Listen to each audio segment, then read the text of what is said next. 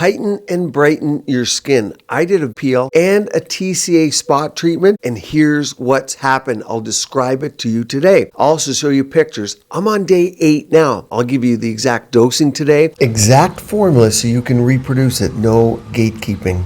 Here you can see the brown spot is peeling off. Of course, you hope it takes the brown spot with it. Often it does if you go deep enough. It might take a couple tries, a couple peels. It's normal to do a few of these a year. I'll tell you exactly what happened. But is a peel an easy part of a baby face, the new routine for clear, dewy skin that has even skin tone? Well, you bet it is. And I know many of you on this channel, well, you're well versed at doing your own peels and you're competent in doing them. The VI peel is a professional peel that's also available in offices. Let me show you a video I made on day 5 before we get into details of this so you get an idea. Okay, day 5 of the peel. So you can see I actually used my volufiline as a post-care. And so you can see there's not a lot of peeling, but just darkness where the sunspots, the peel picked up the sunspots, and that will slough off. A couple areas you see over here. Okay, you see that?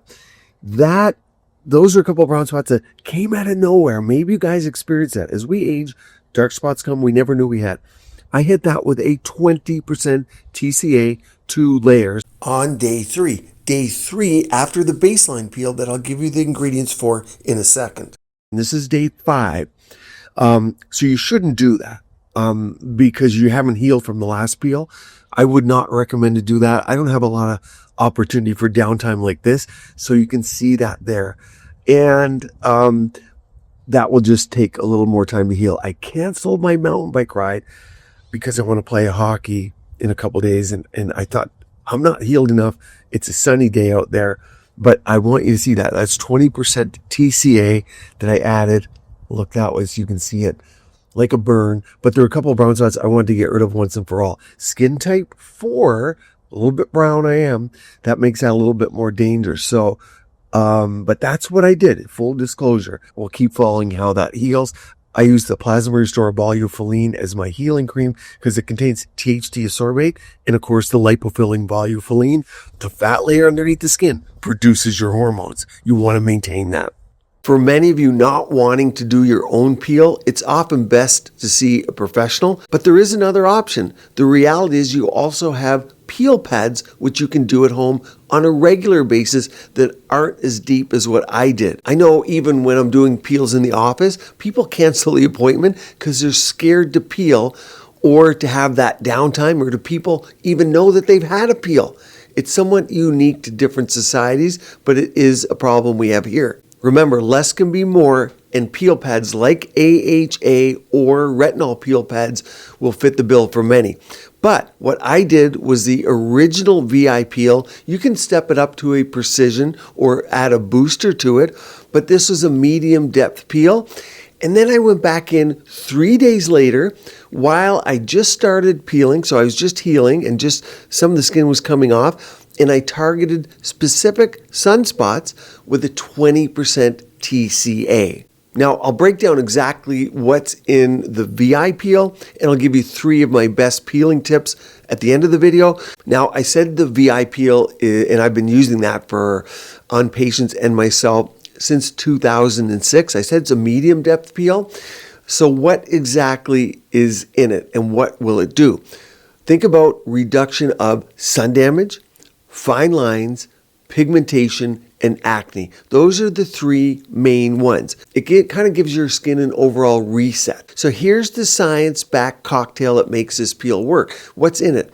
There's TCA in this peel, and TCA resurfaces, it smooths texture, and of course it reduces pigmentation. Then the 20% is outside of the peel that I added on day 3. That was TCA too. Okay, check the picture out here. Do you see the white where I added the extra TCA? This really can freak you out because you look at it and you go, oh, you're burning at the same time, you're turning white, you think you just killed the skin. Well, yes, you did. If you see mild whiteness like this, you want to neutralize it for most people and reverse it, stop it.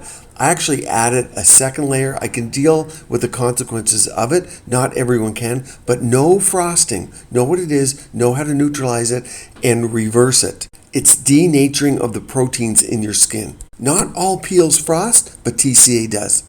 But also in the VI peel is retinoic acid. You know this as vitamin A, stimulates collagen, speeds up cell turnover. There's salicylic acid in there. That dissolves oil, clears clogged pores. You can't get rid of your pores, but you can reduce the appearance. Now there is phenol in here, and I alluded to that, but it's a tiny dose.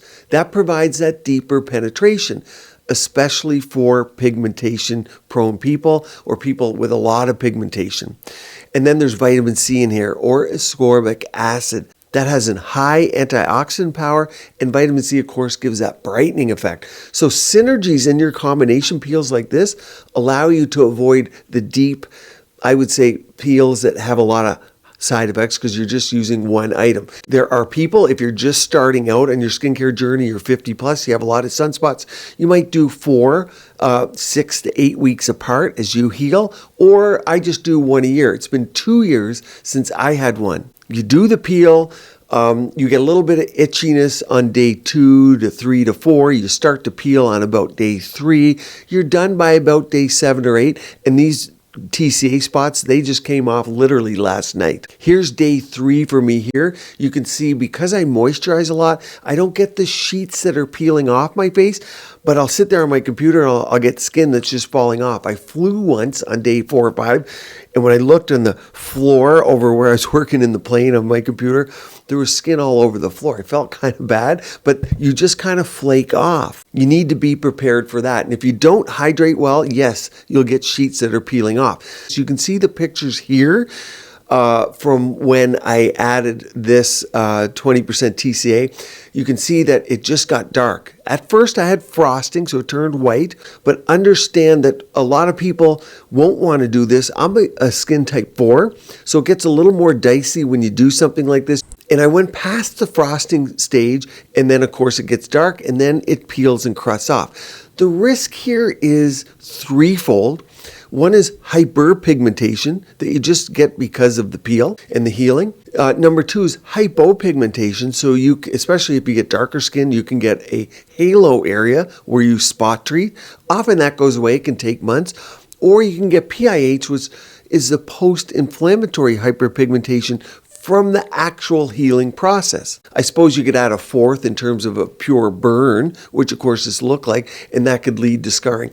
Have you ever seen pictures of the phenol peel? People love them on TikTok and Instagram. I mean, that's an intense peel where we actually put people under. So you have to undergo an anesthetic. You have risks of heart arrhythmias. That's an intense peel. People look amazing after the peel. If you're a skin type 1 to 3, a lighter one.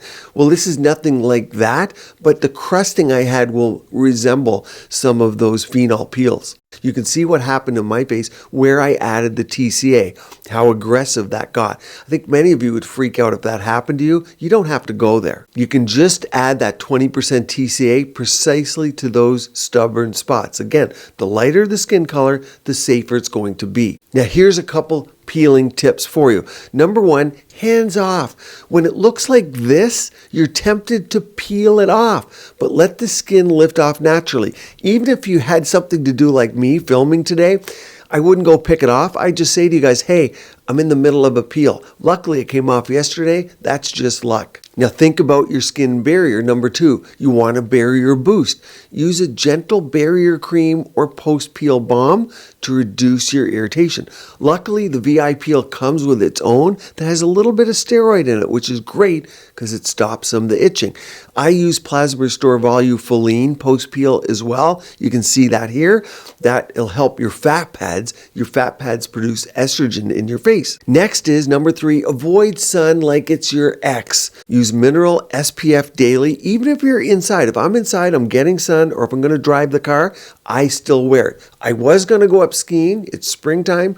I avoided that. The sun is strong up there. I took a week off from going on the water. You just have to adjust your life. But again, I only do this once every 2 years, so you can pick and choose your time. The point here is chemical peels aren't one size fits all. Even the VI peel, they have boosters so you can step it up. They also have body peels. Works great on the body. Your face should be congruent with your body. But when you layer treatments like I did with the VI Peel and TCA, you can amplify your results without adding the extra downtime of doing a full face TCA. Now you're going to want to boost your whole routine by adding LED light up here. I have whole videos on that, and one down here, a whole playlist on how to add RF, radio frequency, to your skincare routine and your peels. Keep your skin and body beautiful, healthy, and vibrant.